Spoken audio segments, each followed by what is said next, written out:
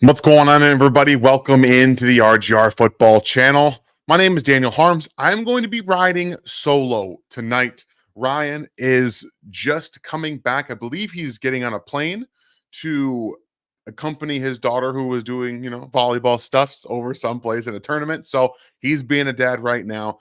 So that's my job today, is to fill in, and I'm going to handle all of your questions as I usually do.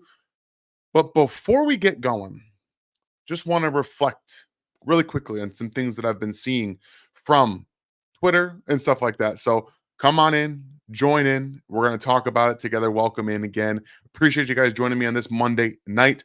Also, before we go, I know we talked about last week doing a stream on Friday with everything that has gone on Wednesday of last week, the shooting and everything like that. Just want to quickly address.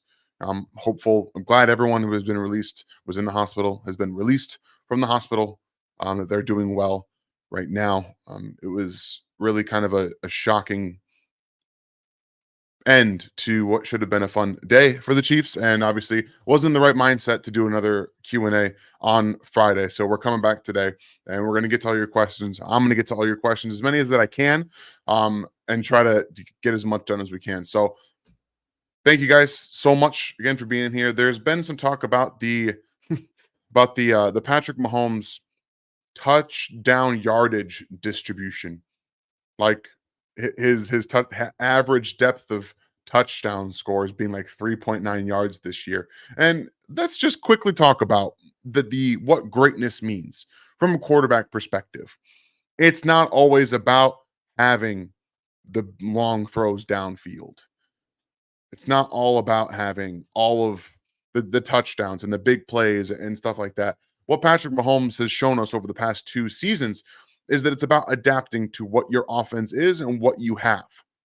Okay. That's what this comes down to for me. It's about being a game manager at times. It's about being that guy that can take the top off the defense when he needs to. We know Patrick Mahomes can still do all those things. He's had to evolve too. Like this is not new information. Even going back to Tom Brady, when he was starting out, like he was a game manager. And then he started to get some weapons around him, and he threw the ball down the field. Going to 2007, that great team, they threw the ball down the field at will with Randy Moss. So things change. Offenses change. One thing can remain the same: the mentality that Patrick Mahomes has for greatness. That cannot be overstated.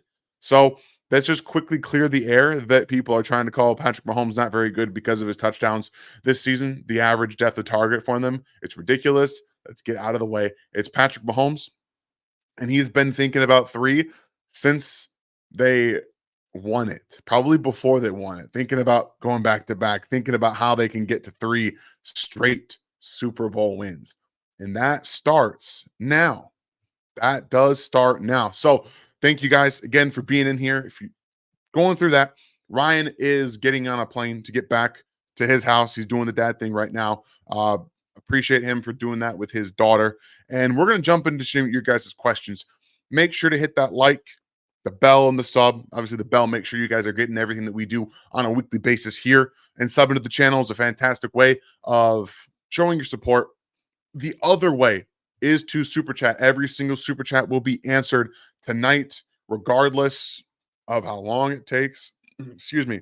So make sure that you guys get those. And if you desperately want your questions answered, I'll try to bundle up some of them here as we get going. But start off, Steve, appreciate your question. Thank you for being here tonight. What is the potential of our practice squad offensive tackle, Godric? So this is an interesting question because Godric is someone that was found in OCU Manora's what's there is a word for it. Like there's an actual Uprise Academy. That's what it was. He was discovered in OCU Manora's, all of that. It's a really great program, but he's got a long way to go. This is a guy who has never played a down of organized football. He's played basketball, so he's got a lot of learning to do to get that even under him. So this entire season, him being on the practice squad, it was learning. It was understanding technique. Now he's with one of the best offensive line coaches in football. That will definitely help. But at the end of the day, it's going to come down to how he's able to adjust and if he can get on the field. Maybe we get to see him in training camp this year and see if how he's done and get him in the preseason. That's gonna that's gonna take a lot of time, but the upside is there. He's a really good athlete. He's a big player. Let me see. He's 6'6", 315 pounds. He has a 1.67 10-yard split. So as an offensive lineman, that is pretty good. It's pretty explosive.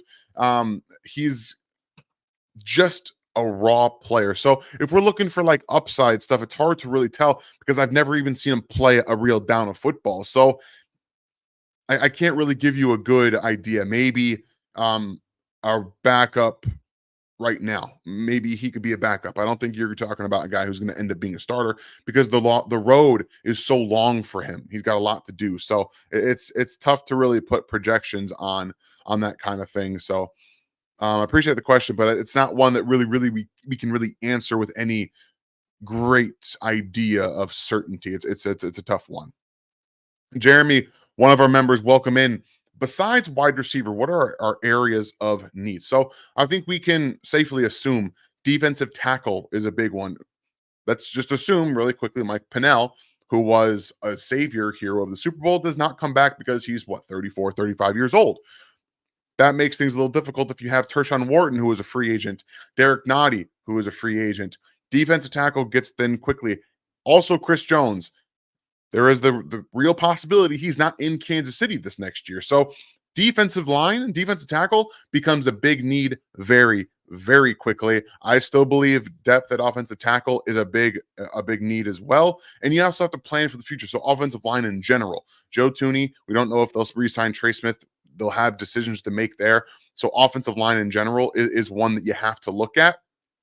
I think they've got good depth at linebacker. Or I believe, we don't believe Willie Gay's going to be back, but it looks like Cam Jones is going to take his spot, at least what it looks like. So you can always look at depth there. But safety is going to be another one because Mike Edwards probably doesn't come back. Deion Bush might not come back. And you have three guys, and they like to have 4 or 5 to have rotation and depth pieces. So safety is more of an underrated one. And then you can always add, an extra tight end and running back as well. So I think those are the big real positions of need are wide receiver, like you mentioned, excuse me, defensive line, and then you get into tackle and some of the interior pieces that need some depth, like running back and safety. So those are the areas that I'm looking at right now as some of their big needs. Appreciate you, Jeremy. Gary, thank you for being here. One of our moderators, guys. Ryan and Dan, the Chiefs draft this player. First pick should be Jared Verse. Okay, so you want them to draft Jared first. A defensive end and defensive tackle. What do you think about this guy? So Jared Verse is going to be gone before the Chiefs get a chance to draft him. So I love the player. He's got a really good get off. He's got good speed to power and the ability to play the edge with a variety of different pass rush moves. He's not a fully finished product yet, but he does that. Speed to power is legit. He has very good, like I said, get off to be able to do that and transfer that power to set the edge. But again, he's not going to be there when the Chiefs draft. So I like where your brain's at, Gary, to help impact somewhere on the long defensive line. Just it doesn't look like he's going to be available for the Chiefs at this moment. Appreciate your question.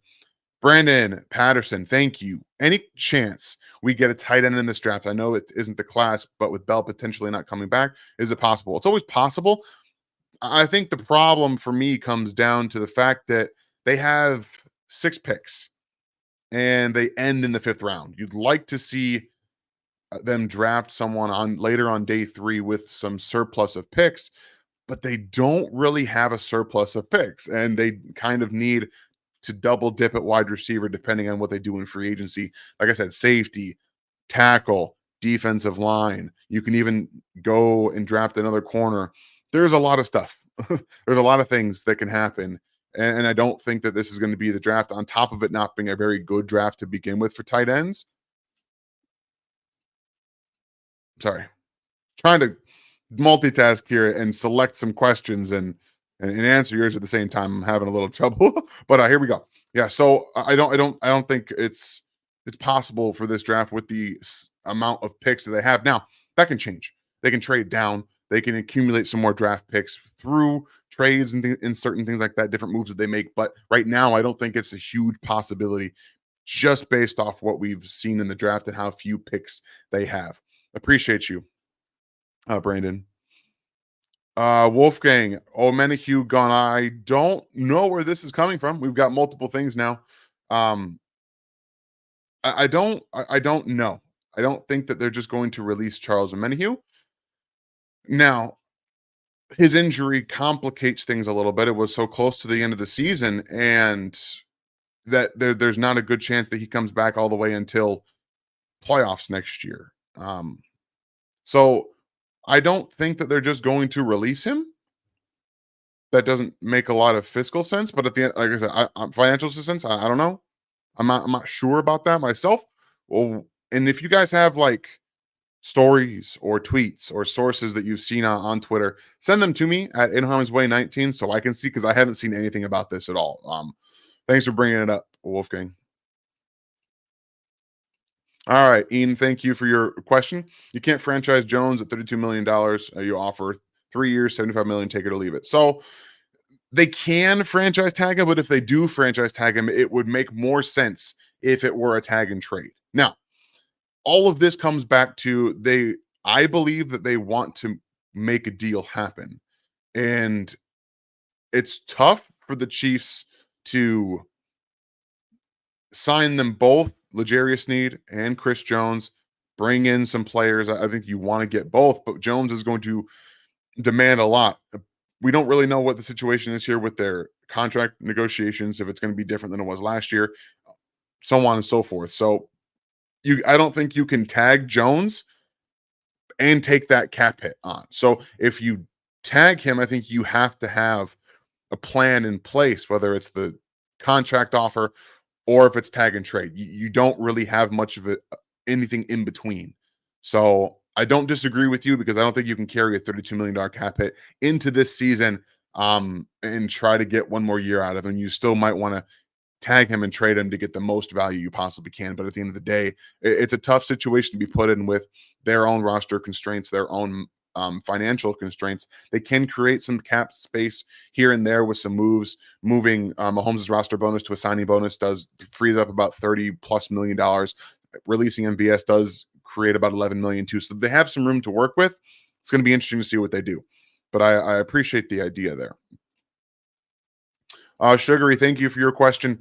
I'm at a loss at what the Chiefs will target with wide receiver in the draft. There's so much difference between players like Coleman and Worthy. What type of wide receiver will the Chiefs most likely draft? Okay. This is a good question, mostly because I think that we see two different styles of thought. Is the Chiefs need that true X, right? They don't typically, it kind of feels like they want Rashee Rice to be a Z and move around, maybe be a slot, be everywhere, kind of move him around. That's kind of how the Chiefs play. They want everyone that is on their team at wide receiver to play all different types of positions and be moved around a lot. The thing for me is that I do like the idea of them having speed players. That's a good thing. What comes into play here is how much too high safety are they going to see?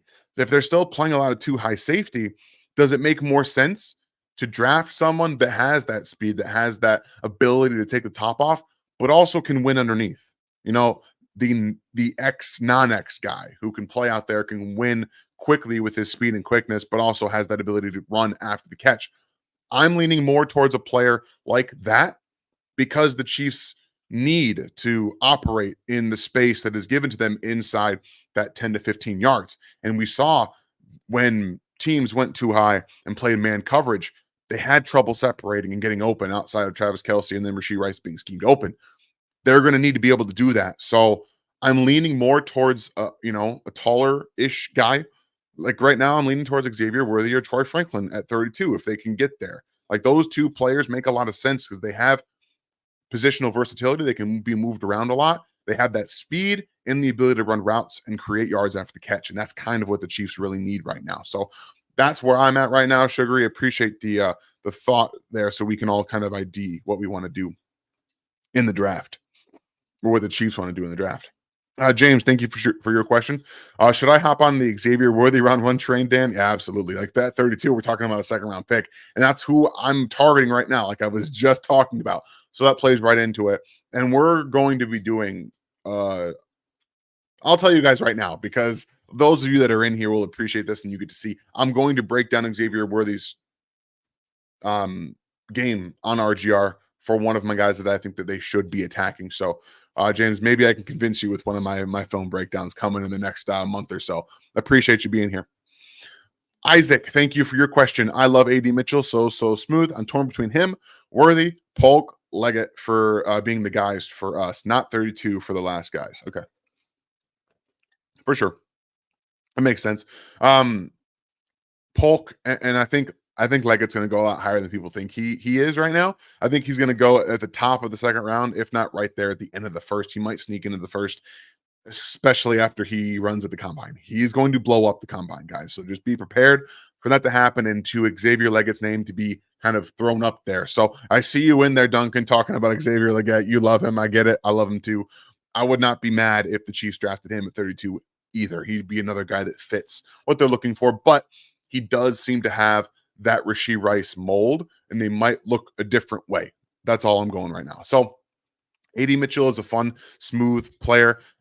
He would represent more of that X type and offset a little bit of what you're getting with Rashee Rice and some of these yak guys. He's not a yak creator. He would be more of a possession X that wins with his routes, but isn't going to create a lot after the catch. And that's something that while there is definitely a position in Kansas City for that to be schemed into space, I prefer players right now when you have those two high safeties and that man coverage is a little bit more physical to have guys that can create for themselves. And I don't see so much of that from AD Mitchell. He'd be a good player to have to complement that on the outside to be more of a true X type player. But for me, I'm just not quite there for him as it fits and pertains to what I think the Chiefs currently need. So that's just where I'm at. And again, I wouldn't be mad at the pick. I do think he's a good player, but I'm just trying to see what defenses are doing and try to make the best decision, in my own opinion, on what they can do to take advantage of the space there. And I'm not sold on AD being able to do that, but all of these guys are good players, and I would not be mad if the Chiefs drafted any single one of them. I appreciate the thought, Isaac. James, thank you for your question here. What is going to be the RGR offseason schedule this year? What day are you going to do mock drafts? What sites you plan on using? So we're still going to do our film rooms every day, every week on Wednesday. I'll have those coming. This week, I am breaking down the Chiefs defense from the Super Bowl. We're going to talk about that. And then next week, we're going to move right into some draft profiles and things like that. I believe Sundays are still going to be for mock drafts. I'll talk to Ryan about that, but they were typically reserved for those Sunday Night Lives, and we're probably going to do Sunday mock drafts. Like I said, we'll kind of figure that out. But as it comes through, it's going to be not as structured. It's just going to kind of be what we can get to at times, and we have a lot of work that we have to do. So we'll try to keep a steady schedule with Sunday streams and on our our Monday Q&As and film rooms on Wednesday. So just trying to keep that in mind, and we'll get a better idea as it gets closer to Ryan and I getting more of that draft content out for you guys. Appreciate you, Isaac. Thank you for your question. I've seen so much ridiculous stuff on Drake May. He's clearly the number 2 right. I see so much elite potential in him. So that's the thing, right? Like he's a guy that has a lot of potential elite traits. I think that playing at North Carolina, a lot of people see Mitch Trubisky. He was supposed to have those elite traits as well, and he has some poor decisions in all those kind of things. So I understand talking yourself out of Drake May and leaning into a guy like Jaden Daniels, who's a much more, I guess, difficult player to stop with his electric ability, the big plays he makes with his arm and his legs. It's tough for teams to watch him, especially the growth he made from 2022 to 2023, and say, even though he's an older prospect, he can't get better. Like there's still room for him to grow, getting through those progressions a little bit quicker, not always running to your legs when something's not there, taking hits a bit better. You might want to go and talk to Tua about how he took hits this past season, because Tua was much better and getting down and not letting himself get hit. And that's something that he needs to be able to do. But I don't think he's the clear to. I mean, I have Drake May as my number two, but I'm not surprised that people are starting to talk themselves out of him at number two quarterback, just because of everything that's going on with some of his decision making, and how again Jaden Daniels really has risen. And we'll see how these guys separate themselves at the combine. That'll do a lot more to separate the two, or make you even more make you even more dug in on somebody else being higher. But I like the idea there of just trying to get more draft talk, not necessarily Chief centric. So thank you for that, Isaac. Mark, what's going on, man? Oh, thank you for your question. Who are some underrated free agents that the Chiefs could sign for 1-year deals and make a similar impact? So let's quickly bring up 2024 free agents in the NFL and go through a couple of names that might ring true here. So you want some guys that are underrated. Well, let's not stop. Let's speak properly before we get into it. That'd be nice, right? Let's not start at the top here. Going down to about DJ Reader would be interesting. He'd be a guy that you could bring in on the defensive line. He'd be an underrated player that maybe the Chiefs would be interested in bringing in. Pretty good pass rusher. Not a bad run stopper either, but more of that interior guy that really help him out. I personally like Braxton Berrios. I think he would be a fun player to bring into this team. Again, a guy who can take advantage of space, give you help at special teams. If you're not going to bring back Richie James, he'd be a replacement on punt returns, things like that. If the Patriots let go of Mike Onwenu, he'd be an interesting player to bring in. He'd be a good starter, depth piece, that kind of swing tackle player. I mean, at this point, I'm not sure there are a ton of under the radar players for the Chiefs. Like, you'd be looking at some depth players, specifically along the offensive line. I think that would be an area you could look to address. I don't know that they'd be looking at defensive end, but again, if Mike Dan doesn't come back, I mean, apparently rumors about Charles Menahue.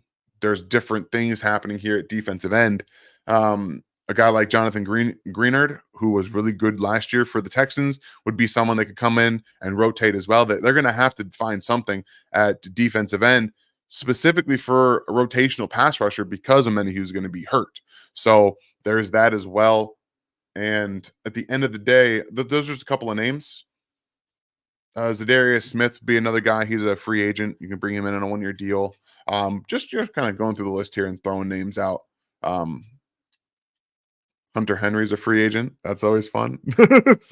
Just a couple of names. But if you have anyone specifically you'd be interested in hearing more about, bring them on in, Mark, and we'll talk more about it. Joe E., thank you for your question.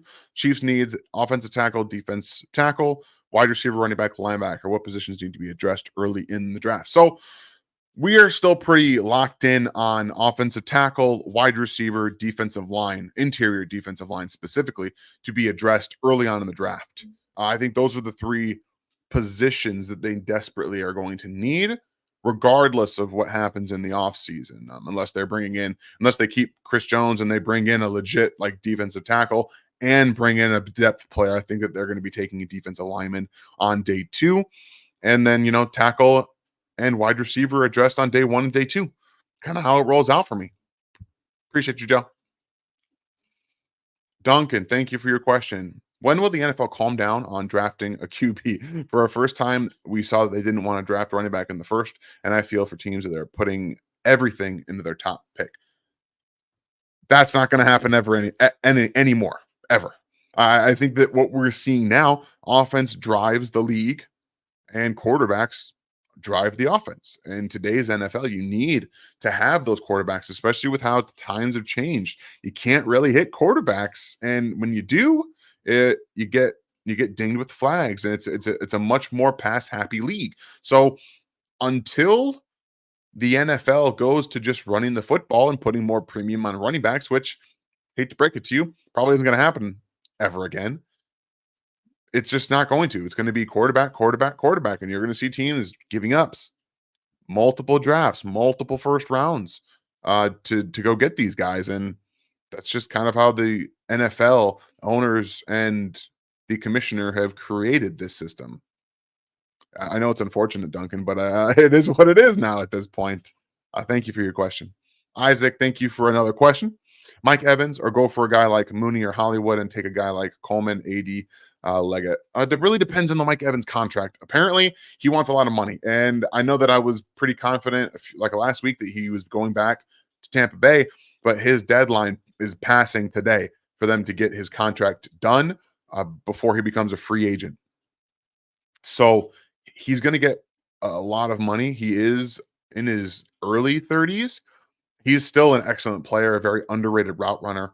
I'd love to see Mike Evans if he would take, a discounted contract, but the problem is he's going to be vying for free agency with teams like the Texans or the Cowboys that don't have state tax, which will be difficult to compete with, but especially when they can offer him more money and more cash. So that's all I'm saying. It's going to be tough for them to do that. And I don't like, I like Hollywood Brown, and his injury history is what throws me off. So unless it's a cheaper contract, I'm probably staying away there. And I mean, Darnell Mooney is Darnell Mooney. He's fine. He's not a great player, but at the end of the day, I'd probably double dip in the draft and go for either of those guys at the wrong price. So that's kind of how I'm looking at it right now. I'm hopeful that Mike Evans would be willing to play a little bit of ball here. So you never really know.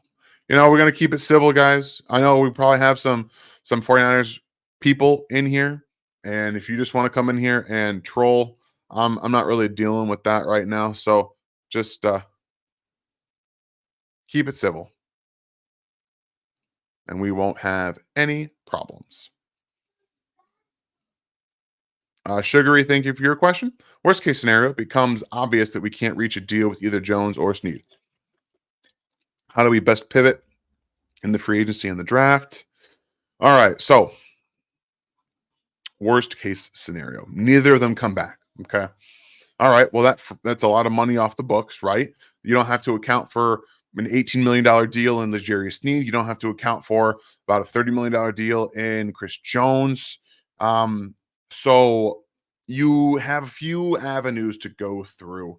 There's, players like Justin Madubuike, who's going to be among the top defensive linemen in free agency. Christian Wilkins. You try to go that route with the defensive line and draft a player in the first 2-3 rounds to help that out there. I don't think the Bears are going to let Jalen Johnson leave, but you probably tag Sneed if at all cost. I think that's what you want to do. He's not going to be. I believe his tag number is 18 million. So you can do him. You can do that and figure it out the rest of the way. But I would prefer to tag and trade Jones. But if you can't get deals with both, you can only tag one of them. So it comes down to what are you trying to accomplish if you're letting one player walk scot-free, which I don't think happens. Someone is going to be in Kansas City regardless, in my opinion. So that's just kind of how I would do it. I would tag and trade Jones. He's going to give you the most return on your tag situation, and then you can sign L'Jarius Sneed and things like that. So it's a tough situation, but if I had to tag one of them, it would be L'Jarius because his tag is much easier to handle than Chris Jones's is. It's $32 million for Chris Jones this year. So if he's tagged and on the roster. So it's a tough one. Doug, what's going on, man? Thank you for being here. Thank you for your question. RGR, if we don't have MBS and Richie James, which mid-tier wide receiver in free agency could we get? Thoughts. So you guys can go ahead and put in your ideas in the comment section down here in the live comments. That's all well and good. Let me pull up some wide receivers here because I've already mentioned the one guy that I like in Braxton Berrios, but let's see what we got. Update. Here we go. So Tyler Boyd would be an interesting one too. He'd be about $10 million. So we're talking about a little bit less than what MVS made, which I'm okay with because he's a better overall player. But the problem is he's just kind of a slot only guy. Don't think he can play on the outside at this point in his career. Um, Kendrick Bourne's a fun player. I still like Kendrick Bourne quite a lot. He can do a lot of different things for you. He can win on the outside, he can win on the inside, he can win after the catch. I like what Kendrick Bourne offers, and he'd be a relatively cheap free agent. $5 million is what it looks like his contract would go for. Um, just Josh Reynolds. Go back to the Josh Reynolds. I know he had two drops in the NFC Championship game, but Josh Reynolds is a good player, a good overall player that can consistently get you production and can block for you as well. He's a good effort blocker. He's not a great blocker, but he gives you some positional flexibility and a guy that can play at the X position and still let you draft and develop some players as well. So those are just my thoughts. I still think Richie James is a very logical suggestion, logical choice for them as well. Corbin, thank you for your question. Who's a realistic deep threat option for in the draft for Chiefs? Feels like they'll be a priority over free agents. Yeah. So you have Troy Franklin and Xavier Worthy, which will be available there at the set in the beginning or the end of the first round. Excuse me. Those are a couple of players off the top. Brian Thomas Jr. might end up going higher than people think. He might not be available for the Chiefs, but you have a couple of guys. I still think that Lad McConkey offers a bit of that deep threat as well. Brendan Rice is more of a maybe early day 3, late day 2 kind of guy, but he's not the fastest guy in the world. He's more of an effort and ball skill player down there. He runs hard and he can get open downfield. Tez Walker, is technically, is one of those guys too. I don't have him until day 3. I don't think he's a well-rounded wide receiver, but he is a deep threat with speed and ball skills to be able to track them downfield. So those are a couple of names. There's more out there. There's Anthony Gould as a wide receiver out of Oregon State to keep your eye on. He is small, but he's extremely fast and explosive. Watch him this week at the combine. I think he's going to blow it up as well. Very, very good player in his own right. I'm going to speed up here a little bit so we can get all these questions. Thank you for your question, Bez. How do you like Adonai Mitchell in the draft? I feel like he could end up being the better Texas receiver. I think his upside's a little limited, honestly. I think that he's a good player, smooth route runner. He has good hips, and when he tries, he has explosion in his first step. I've seen far too often his giving up on plays. It's kind of systemic in all of his play. He'll just not, if he knows he's not getting the football, doesn't really try, and that kind of bothers me, to be honest with you. He's not going to create a ton of separation with his vertical routes. He's going to be more of a ball skills guy, which is fine, but the Chiefs don't typically use that type of skill set. They just don't. They want guys that can take advantage of space and be able to run after the catch. And I don't see Adonai Mitchell as a guy that's going to generate a lot of yards after the catch. And that's my opinion. But he's a good player, runs good routes. I think that he's more of a second round option if he's there and you go tackle in the first round. Then you like Adonai if he's still on the board, or Adonai Mitchell. And if he's still there, you go get him and you feel pretty good about it. That's just me. I know lots of people that like Adonai. He's a good player. I just have him a little bit lower than most. Appreciate you, Bez. Kev, who is the best wide receiver suited to fit this offense and to make it number 1 in the league again? So we've talked quite extensively about the wide receivers. I think that the one player that I'm putting my chips on right now at number 32, a gun to my head, is Xavier Worthy. I think he does the best, and I think he's live for the Chiefs down there. Christian Mayberry, thank you for your super chat. Does Michael Pittman makes sense in this offense? I think he could be sneaky productive. In this offense, yeah, sure, he makes sense. But I don't think he's going anywhere. I think he's going to get franchise tagged by the Colts, especially considering he's, their number 1 receiver, and they don't really have. They have a lot more holes on their defense that they need to address, and their offensive line that's still getting better. That they're going to be not moving on from him, in my opinion. So thank you for your super chat, but I don't think that Michael Pittman's going to be in Kansas City. Ocean, thank you for your question. What are the best metrics for evaluating a tight end Seems to be a lot of tall, athletic guys late day 2 and day 3. Dylan Hooker or Zach Hines. So yeah, you want athletic players. At the end of the day, you want athletes. You don't care so much about the blocking in today's NFL because there are different things that you can do. We see the Chiefs run Noah Gray on that zone that split zone look where he's in movement. He's not engaging with the defensive end, one on one. You can negate some of the things that these tight ends have to do. So at the end of the day, you want to just draft good athletes. That's really what it comes down to because those guys have the best chance to develop and take advantage of space in the NFL. Appreciate you, Ocean. Kevin, thank you for your question. Dan, will we be cutting these guys, CH, MBS, and Tony? They all need to go. So I don't think CH or MBS will be back unless the Chiefs bring, CH back on a small contract because it will be a small contract, whatever he gets. Again, I think they'll say thank you very much, MVS, for your contributions, but we will be looking elsewhere at the wide receiver position. And I don't think Tony's back personally. I think that he's been too much of a headache for them, and they would rather move on, Kevin. I think that's what we're going to see. John, thank you. Jones versus Snead. Who would you keep if one has to go? Who would you think the Chiefs pick if one has to go? Thanks for your dedication, Daniel. Thank you. I appreciate that. Oh, man. If it's up to me,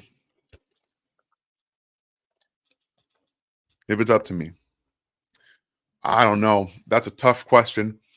I think that I know I've been kind of adamant that I believe it will be Snead over Jones, but if they can keep one at on a contract, not a cap or not the a franchise tag, it's Chris Jones.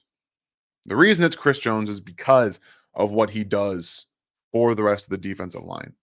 He gets those one-on-ones. It allows the cornerbacks to be a little bit more aggressive and be a little bit lenient, all of that. So for me, it's Chris Jones. I don't totally get Jerry Snead. I don't want to knock him at all. I think that what Chris Jones goes a little bit differently. It kind of earthquakes and kind of gets through, how they chain lightning kind of stuff. He kind of gets everywhere in the defense by what he's, able to do. And we saw that in the Super Bowl. It was relevant. It was obvious. If he's not there, there's multiple touchdowns that happen because Chris Jones isn't making an immediate impact. So I lean with Chris. It's a tough question though. Thank you, man. Kev, thank you for your super chat. Did you see any flashes from FAU in the Super Bowl? Sure did. Flashed a couple of times. He played 7-8 snaps, and he had that big splitting of the zone blocking and then coming down and getting Christian McCaffrey for a loss. There was a couple of wins that he had in different situations. We'll talk a little bit about it, but he didn't get a ton of play, and it was good learning experience. This entire season was really good for a learning experience for him, and I'm excited about what he can do because that was all very valuable, and it's very valuable to a player like him who had a lot of growing to do. So thank you for your super chat, and I think that it should be something we all look forward to seeing in training camp and the preseason next year. Jacob, thank you for your question. Can we pick up a big wide receiver late round and turn him into a tight end? I think they've done that before. So it all really depends. They have, and they don't tend to stick as long. It's very, very seldom do they stick. Jody Fortson did stick. He just got hurt. So there's that, and it's tough with those guys that have played one position so long.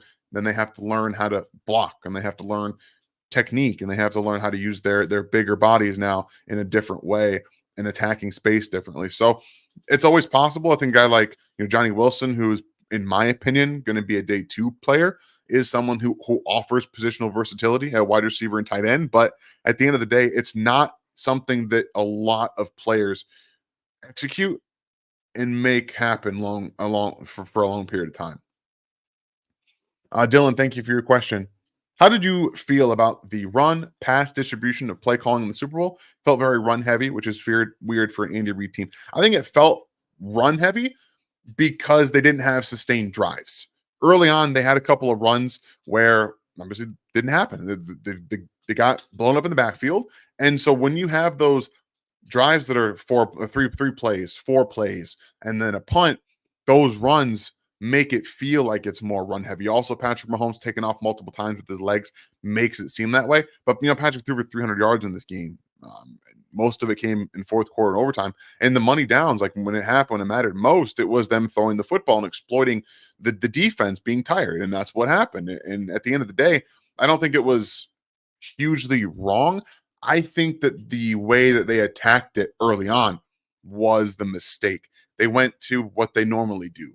They ran on first down. They threw screens, wide receiver screens or tight end screens early, and that threw them off. So, in my opinion, they should have done some play action pass immediately. First down of the Super Bowl should have been play action pass. They had it coming as a run and they attacked it. And I knew the 49ers were going to attack the run like it was their job. They were going to come out firing about it because they got so much crap about it leading up to the Super Bowl. So I didn't mind it so much. I wish they would have done some things a little bit differently, though. Appreciate you, Dylan. All right, guys, if you're just joining us tonight, Ryan is out doing dad stuff, being with his daughter at a volleyball tournament. Congratulate them when you guys see him back in the show here. But we're getting through these questions anyway. Jacob, thank you for your super chat. Appreciate it. If Bowers falls to the teens, is he worth trading up for? The problem, I think, with trading up that long is that the Chiefs are going to have to give up an extra first. Their second is too late. Their thirds are too late. You're going to have to give up a little bit more to go up and get Brock Bowers. I would say he's worth it, but the Chiefs specifically need other positions. They need wide receivers specifically. And right now, I am not a believer that Travis Kelce, is just somebody that is basically falling off a cliff. I just don't believe it. I think he got hurt more than he ever has in his career outside of his rookie season, and it took a toll on him. They played a ton of football too, so I'm not on the trade up for Brock Bowers train myself. If he falls, I think he's going to go in the top 10 anyway, or the top 15, and I don't think the Chiefs should be looking to trade up if he does get that far. Appreciate you. What's up, Kev? Thank you for your super chat. Thoughts on Christian Boyd, defensive tackle, or Mims, Amarius Mims? I have not seen Christian Boyd, so I apologize. Well, I'm actually looking to start defensive tackle this week. I've gotten a lot of wide receivers done on my grades. I'm going to start attacking defensive tackle. So in the next couple of weeks, I should have some thoughts on him. Amarius Mims, huge raw player. I mean, Broderick Jones coming out last year was raw. Amarius Mims is even more raw. We're going to draft him and develop him and hope that he's going to get out quick. I'm not as high on Mims as a lot of people. And it's, again, if the Chiefs don't feel their wide receiver is there, and they still like an upside at tackle, if they have a guy like Wanya, who can play left for them, and Juwan can hold on the fort right, maybe you take Mims and you say, we're going to try to develop him and maybe kick a Wanya inside if a year from now Joe Tooney decides to hang it up or they can't re-sign Trey Smith. So maybe that's how you go, but I'll be honest, I'm not super high on him, Kev. I'm not super high on him. Quentin, thank you for your question. Jordan Morgan at offensive tackle or Troy Franklin at wide receiver, better fit at 32. Either with trading up into the mid-20s. I'm a big fan of Troy Franklin in this offense. I think it makes a lot of sense. He's not a guy I have graded in the first round. So I'm not trading up to the 20s to get him. I'm also not trading up for Jordan Morgan coming off an injury. I know he had a really good year, but he should fall to the end of closer to the end of the first round. So if he's still in like the 25 range, sure, I think that you can do that if you don't like your options at wide receiver. But I'm not personally trading up for either of those players unless, the drop off is so drastic. But I also don't see the drop off at either position in the second round or third round that you would need to do that. I think that they can go get a guy if they see someone that they like falling that's not these guys. Again, I don't have Troy Franklin graded as a first round player. And then I would need to do a deeper dive on Jordan Morgan. So that's where I'm at with those guys. Wolfgang, thank you for your question again. Do you think we can get some players at discounts due to the current success the team is having? That is unfortunately not a world we live in Kansas City. It has not happened to this point. The Chiefs have been successful. I know they just went, back to back, but that's not how it feels to me. It does not feel that you get many discounts, specifically because the cap continues to go up every single year and players want money.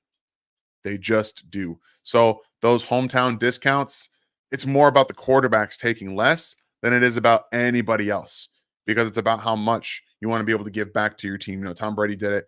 Patrick Mahomes has done it. His contract is very team friendly. They have so many different ways to create cap space. So it comes down to the quarterbacks being able to create some cap space here and there to be able to take those big contracts on.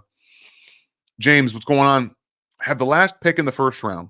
What are the odds of the Chiefs trade back into the second round for additional picks? I wouldn't surprise me if they go into the draft with the same amount of picks that they have right now, which are 6. They have a 1, 2, 3, 4, and 2/5.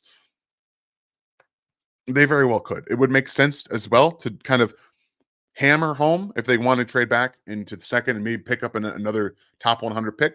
That would make a lot of sense. This draft is not, it's not deep like on day 3. And that's due to the COVID year. There is a lot of fallout that has negatively impacted the draft. So the meat of this draft, the first, second, third round, probably through the fourth round, is where you want to be. So that would not surprise me to see the Chiefs do that, try to double up maybe or triple up on day 3 picks. Not double up, not triple up. It would be hard for them to do that. James, thank you for another question, man. Should the Chiefs double dip with a Pearsall or Corley in the third? Also, do you think Worthy will be shorter than 6'1"? So I do think he'll come in around 6 foot. I don't think he'll be under 6 foot. I do think he's pretty tall. I'd be a little surprised if he came in at 5'11", but you never really know. I like both Pearsall and Corley. I think you don't necessarily want to double dip on both because they don't have 2 third-round picks. So I'm more confident in going maybe second round, fourth round, or second round, fifth round, first and fourth. I think that taking 2 on day 2, when the depth at this class is offensive tackle, wide receiver, and you can still get some defensive line help, I think that would make a lot of sense. Derek, nice to see you. One of our members. You guys can always join the memberships. We don't have any of our things going on in here right now with the I can't see the button, but there is always a join button down here if you guys want to join Rogue Nation, and you can send in your, one second here. I have the emails. You can send in all of that right there to members at rgrpodcast@gmail.com and join up with your email addresses, combining it with your YouTube account with the Discord. You get all the access to everything that we do on the Discord site. You guys can get direct contact with me and Ryan and all that stuff and all the great guys over there. So if you guys want to become a member, please do. Dear elect, I didn't mean to pull that off there. My bad. Thank you for being in here. What difference will a cap of 250 million make, with the speculation being close to that number? So I believe it's at 242.5 right now. It's about, $7-8 million. That's it right now. So it doesn't make a ton of difference. It's negligible, but it does give them more room. It gives them more room. So that's another, it's another mid-tier free agent.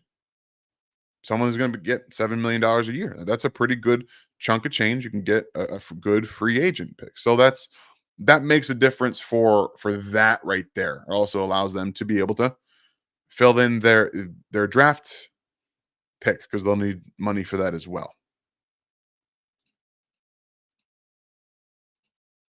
Quentin, appreciate you being here. Thoughts on Sanders from Texas in the second at tight end? I'll be very honest with you. I don't think that the Chiefs can afford to use a day 2 pick on a tight end with their needs elsewhere in this draft. He's a good player, a very fun player in space.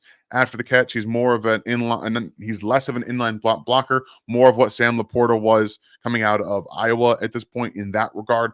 But you saw how that works. He's a very good player in space and can make guys miss. All that said, I just don't see it happening myself. It doesn't make much sense structurally for their organization. Jace, what's going on? Thank you for your super chat. I dream about Christian Wilkins and Jones on the same defensive line. Yeah. Oh, that would be a lot of fun. But it unfortunately is a dream scenario, but I would love for it to happen. It would be so much fun. I'm with you. I'm with you. Now, see, now you're just putting all these ideas in my head, Jace, where I know it's not going to happen. I don't want to think about it because I don't think it will happen. But I appreciate you being here, Jace, without Ryan to give shit to.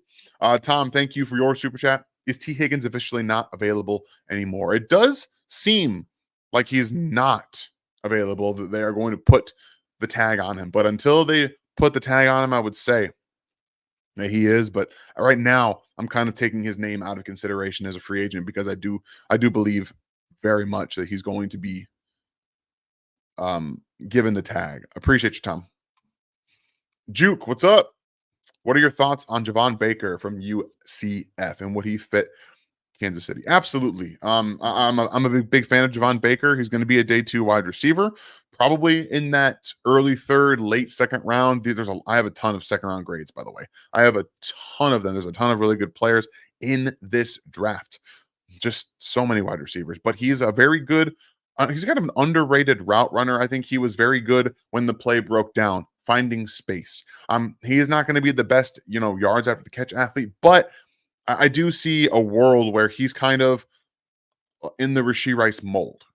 Similar body types, guys that were above the rim players, big plays down the field, but do have that explosive ability. So he does project kind of the same way, in my opinion. I see some shades of Rashee Rice. I also see a little bit of A.T. Perry, some good movement skills with a guy who has got good hands and can dunk on guys downfield. So he's not going to be a burner, but he is a good player that finds space well. He would be a fit in this offense. It just depends on where they want to go with that kind of body type. Soka Stark, thank you for your question. What are your thoughts on an Ayuk trade? Where does he rank amongst NFL wide receivers? So Ayuk, in my opinion, is a top 10 wide receiver in the NFL. You'd have to trade multiple first-round draft picks to get him because the Chiefs essentially have second-round picks as first-rounders. I don't see that happening. It'd be very expensive. Multiple firsts. You have to extend him as well. It's a tough thing to pull off. And right now with the team building, you have other things to do on defense and possibly other wide receivers you wouldn't have to give up first-round picks as well as the big extension to, that I would be going after myself. So I love it in theory. I hate it in practicality, unfortunately. Thank you very much for your super chat. I apologize for the pronunciation here. Githimir Mores, was this guy Mores? Thank you very much. Appreciate you. Free agency. Snead, Jones, Tranquil, Donovan Smith, Tommy Townsend, Nick Allegretti, Wharton, Gay, Nadi, Dana, Edwards, Alaire, Hardman, and then $23 million in cap space. Do you think this, year things are more difficult than in previous? So quickly, we can address Patrick Mahomes. His contract bonus or his roster bonus can be converted to a signing bonus, which frees up $32 million of cap space, I believe, as well as cutting MVS saves $11 million. So you've created $44 or $43 million on top of that, which gives you close to $65 million in cap space. So there is that. That is very, very possible from happening. I don't think Donovan Smith comes back. You're probably going to sign Tommy. Hopefully Tranquil. I think those are the two you can get done. Then you're going to have to get to the Snead and Jones of it all and see how much money you have left. But there is an easy way that the Chiefs can get up to $70+ million in cap space with a few moves here or there that we assume are going to happen. Right here, yes, they can do that very quickly. So I don't think it's as difficult because the money constraints and the cash, it's going to be more about the cash that they have available than it is about the cap space. It's going to be about the cash that they can hand out. So I don't think it's as tough because you always have these turnovers, but there are lots of different ways that the Chiefs can create cap space given what they're doing.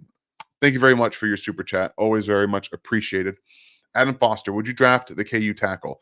Dominic Pooney is a guy that I love in the interior. He's got flexibility to the outside as well. So yes, I would draft him very much. He's a swing tackle that can play all 5 positions. I would draft him on day 2, be very happy. I think he can play a tackle. I think he'd be a much better guard or center in the NFL. So that's where you kind of have to look at it. I don't know if I would necessarily draft him to play tackle. The fact that he can in a pinch is a good thing to have. Gary, thank you for your question. Do you see the Chiefs getting the punter signed this year? I do believe they will bring him back because they kind of need him. And hopefully, punters don't, I mean, good thing punters don't cost a ton, right? They don't cost a ton. So I think they can get that done. Tom, thank you again for your super chat. What shifty, fast, speed running back would be available in the draft for us to replace Jerick McKinnon if we lose him in the offseason? So, it really depends because you're looking for a guy that not only is shifty like that, but they can also pass protect. So that's something that you have to kind of assess. And there are really good players in this draft. But I think Frank Gore Jr. is the guy that I'm looking at right now. I love Frank Gore Jr. He can do a lot of different things: pass catching, running, shifty. He's got real good speed and vision and patience as a runner. So he's somebody that I like a lot. Rasheen Ali out of Marshall is a back that I'm looking at too. I love Marshawn Lloyd. There's a lot of backs in this draft that you can get, but the problem is going to be, do they allocate a 5th round pick to one of these guys? We'll see where their compensatory picks come in. But at the end of the day, I'm not entirely sure they're ready to draft one if they're going to just kind of forgo it and then go into the draft. The unrestricted or the undrafted free agents, excuse me. Thank you, Diamonds. Appreciate that. I wonder if you've got a comment in here somewhere. I'm going to go back quickly and look because I don't want to. Here it is. Okay. Thank you for the super chat and the question. How do we retain Sneed's $19 million, Jones, Tranquil, and Dana? So we talked about how they can free up space, all the moves they can make that can free up space. It's going to be tough to retain all of them, period. But I think it's going to come down to one or the other with Sneed or Jones, and that makes the other two easier to take on. And then the problem is going to be, how much does Dana get at the open market? He's a good player, but he is a rotational player. He's not someone that you really want as a starter. So unless you need it to be, and then you needed him to be in the Super Bowl and he was good. So, I mean, again, it's more of a spot start kind of thing, but we'll kind of see how it goes. I think it's going to be one or the other, unfortunately. I wish it weren't that way. But appreciate you, XRP. Duncan, again, thank you for your question. I see the Arizona Cardinals as our best trade up or trade down situation. Is there anyone you want to keep from Buffalo and Baltimore? Not really. I'm not really about playing the try to keep away. Don't really care about that myself. But at the end of the day, trading up is something the Chiefs will be considering because of where they're at. They're at 32, so they have that in their pocket. They can always try to trade up. Teams aren't always willing to trade with the Chiefs, as we've seen. We saw last year. But I'm not really in the business of trying to keep players from other teams. Just draft what you got and see what you can make stick. All right, Raz, appreciate you. Do you expect Najee Johnson to be ready for this year? I know it takes a long time to get back to trust in the knee. So we have seen, if you guys don't follow me on Twitter at InHarmsWay19 and Chief Concerns, they posted the video from him training. He looks like he's moving well, and that's right now. So there is a lot of optimism. He's not only going to be ready for training camp or for OTAs, but training camp in a position to compete once again for that starting nickel corner. Starting outside corner in nickel sets. So I think he's going to be ready. I'm excited because I didn't get to see enough of him last year, and I really want to see more. Tom, thank you. This will be our last call, by the way, for Super Chats. We're going to be wrapping up here with a few questions. I'll be going through the chat and see if we can get any other questions that we haven't already hit on, because there's going to be a ton that we've talked about already. And again, I appreciate you guys for all the questions and all the support. Thank you for your Super Chat again, Tom. Could the Chiefs get Brock Bowers in this draft? So I did already talk about Brock Bowers. It's possible that he drops. I don't think he's going outside the top 12. Personally, I don't think it happens at all, and he shouldn't. But even if he drops to 15, I'm not trading up for him myself. That there's just too many other things that the Chiefs need that they can't just afford to be trading up, sacrificing more draft capital for another tight end. And as much as I think that they do need eventually to draft that Travis Kelce heir apparent, I don't think Brock Bowers trading up for him makes a lot of sense with their other needs. But appreciate you, Tom, once again, always showing us great support. Oh, Ian Atavius, appreciate you. What's up, Dan? With Rashee Rice's development coming on so quickly in this offense, can he help new rookie wide receivers get going faster? If they aren't great at utilizing their speed and seeing those soft spots in zone, yeah, I think that's something he can definitely do. I'm excited to see what they do next year with him. But he is now a veteran. He's been through that process. He got better and he learned how to do it. I think he will be an important player, especially because he's going to be one of the more seasoned wide receivers in that group, man. It's very, very interesting. Daniel Akers, thank you for the gifted membership very, very much. It's awesome. I love seeing gifted memberships out there. Appreciate you, man. Quentin, thank you for your the $5 super chat. Dan, tell me who to spend time looking at that the Chiefs may go after in the draft. I don't watch college ball, so I don't know any names.